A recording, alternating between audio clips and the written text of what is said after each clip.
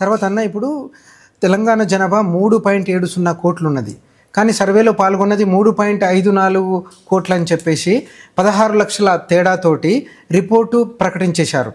So ఇంత నిర్లక్ష్యంగా ఈ రిపోర్టును ప్రకటించిన విషయాన్ని ఈ బీసీ జనాభా సామాన్యుడైన బీసీ ఓటరు గమనిస్తున్నాడా?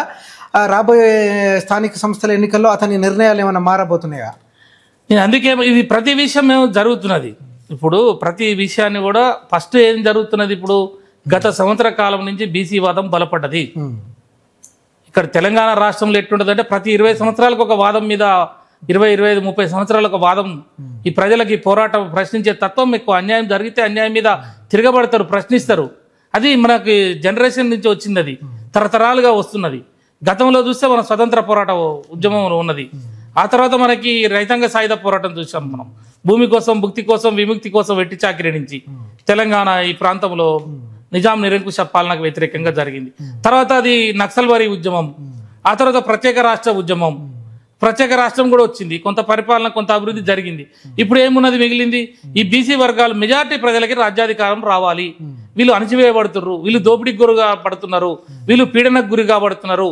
అసలు జనం వీళ్ళు, అసలు ఓట్లు వీళ్ళయి, వీళ్ళతోటి ఓట్లు వేయించుకునే సీట్ల మీద వాళ్ళు కూర్చుంటున్నారు. కాబట్టి ఓట్లు మావే, సీట్లు మావే, మేమెంతో మాకంతా. గ్రామ స్థాయి నుంచి, వార్డు స్థాయి నుంచి అసెంబ్లీ మెట్ల వరకు, మంత్రుల వరకు ఇలా ఈ వాదం బలపడ్డది. బ్రహ్మాండంగా ప్రజల్లోకి వెళ్ళింది. ఊరు గ్రామంలో ఒకనాడంటే సోషల్ మీడియా లేదు, మీడియా పెద్దగా ప్రచారం చేయలేదు.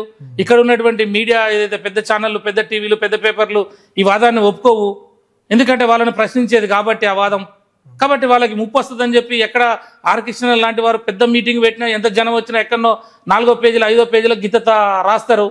అట్లనే ఎస్సీ వర్గీకరణ గురించి వాళ్ళని ప్రశ్నించే వాళ్ళని ఒక్క వాళ్ళని కూడా ఈ media, electronic print media avoid చేసింది.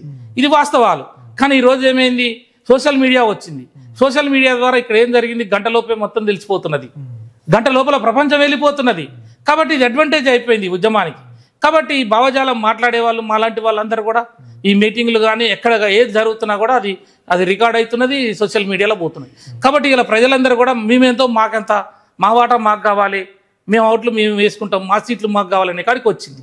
కాబట్టి దీన్ని ఎట్లా తప్పుదారి పట్టించాలంటే ఈ కార్యక్రమాలన్నీ చేస్తున్నారు. కాబట్టి రాబోయే కాలంలో ఏమవుతుందంటే, ఇప్పుడు రేపు గ్రామ పంచాయతీ ఎలక్షన్స్లో కూడా వీళ్ళందరూ చైతన్యమయ్యారు. ఇదంతా కూడా తప్పుల తడకని అర్థమైపోయింది. ఇది సర్ప్రైజ్. ఈ 16 లక్షలు అందుబాటులో లేని వాళ్ళని ఉన్నారు అంటే నాకు అనిపించేది ఏంటంటే వాళ్ళందరూ కూడా బీసీలే. అదే చెప్తున్నారు మీరు. వాళ్ళందరూ కూడా బీసీలే. ఇంకా ఆ 16 లక్షలు అందుబాటులో అని చెప్పారు. యాక్చువల్గా 21 లక్షలు రాయాలి వాళ్ళు, ఇంకెక్కువనే రాయాలి. ఎందుకంటే పెరగాలి కదా, నువ్వు పెరగాలి కదా. జనం పెరగట్లే, ఆ ఉన్న దాంట్లోనే తక్కువ చేస్తున్నాడు. వీళ్ళనేమో చంపేసిండు, బీసీలను చంపేసిండు, ఓసీలను పెంచేసిండు. ఇది ఒక ముఖ్యమంత్రి గారా లేకపోతే అక్కడ ఉన్నటువంటి వారి దగ్గర అగ్రవర్ణాల తొక్కడం అన్నట్టే కదా. ఇప్పుడు ఎప్పుడు కూడా ఎట్లుంటదంటే ఈ పవర్ సెంట్రలైజ్ ఉంటుంది. ఈ సెంట్రలైజ్డ్ పవర్ చుట్టూ ఏమవుతుందంటే శ్రేష్ఠ వర్గం అనేది ఉంటుంది. శ్రేష్ఠ వర్గం అంటే చదువుకున్న వాళ్ళు, పరిపాలనలో ముందున్న వాళ్ళు, ఎగ్జిక్యూషన్ పార్ట్ అంటే రాజకీయంగా ఉంటారు వాళ్ళు, తర్వాత ఐఏఎస్లు ఉంటారు, తర్వాత ఈ ఇండస్ట్రియలిస్టులు ఉంటారు, తర్వాత కాంట్రాక్టర్స్ ఉంటారు. ఇదంతా ఒక టీము. ఈ టీం వర్క్ పనిచేస్తుంటుంది. ముఖ్యమంత్రి సెంట్రలైజ్డ్ ఉంటాడు, ఆయన చుట్టూ ఉండి సలహాలు ఇచ్చేవాళ్ళు, ఏం చేస్తే బాగుంటుంది, ఏం చేస్తే ఈ వాళ్ళ యొక్క మనుగడ ఎట్లా మనం ఇది కంటిన్యూ కావాలనే ఒక శ్రేష్ఠ వర్గం, ఒక గ్రూప్ ఆఫ్ పీపుల్ ఉంటారు. ఈ గ్రూప్ ఆఫ్ పీపుల్ అంతా కూర్చొని ఈ మెజార్టీ ప్రజలకు అన్యాయం చేసే కార్యక్రమంలో భాగంగానే ఇది చేసిర్రు. వాస్తవానికి వాళ్ళు 21 లక్షలు అందుబాటులో ఉన్నదని రాయాలి, ఇంకెక్కువనే రాయాలి. కానీ దొరికిరు వాళ్ళు. ఆ 16 లక్షలు అందుబాటులో లేరు అనే జనం ఏదైతుందో ఆ జనం కూడా చక్కగా వాళ్ళు బీసీ జనమే. అట్లయితే అక్కడికక్కడ సరిపోద్ది. కానీ పెరిగిన జనం ఎక్కడుంది? పెరిగినట్టు చూపించట్లే. పెరిగినట్టు చూపిస్తే ఏమవుతుంది? మళ్ళీ ప్రశ్నలు వస్తాయి, మళ్ళీ డిమాండ్ వస్తుంది. కాబట్టి ఉన్న దాంట్లోనే తక్కువ చేస్తే వీడు దీనికోసమే కొట్లాడతాడు, పెరిగిన దానికోసం కొట్లాడాడు కదా. ఇదంతా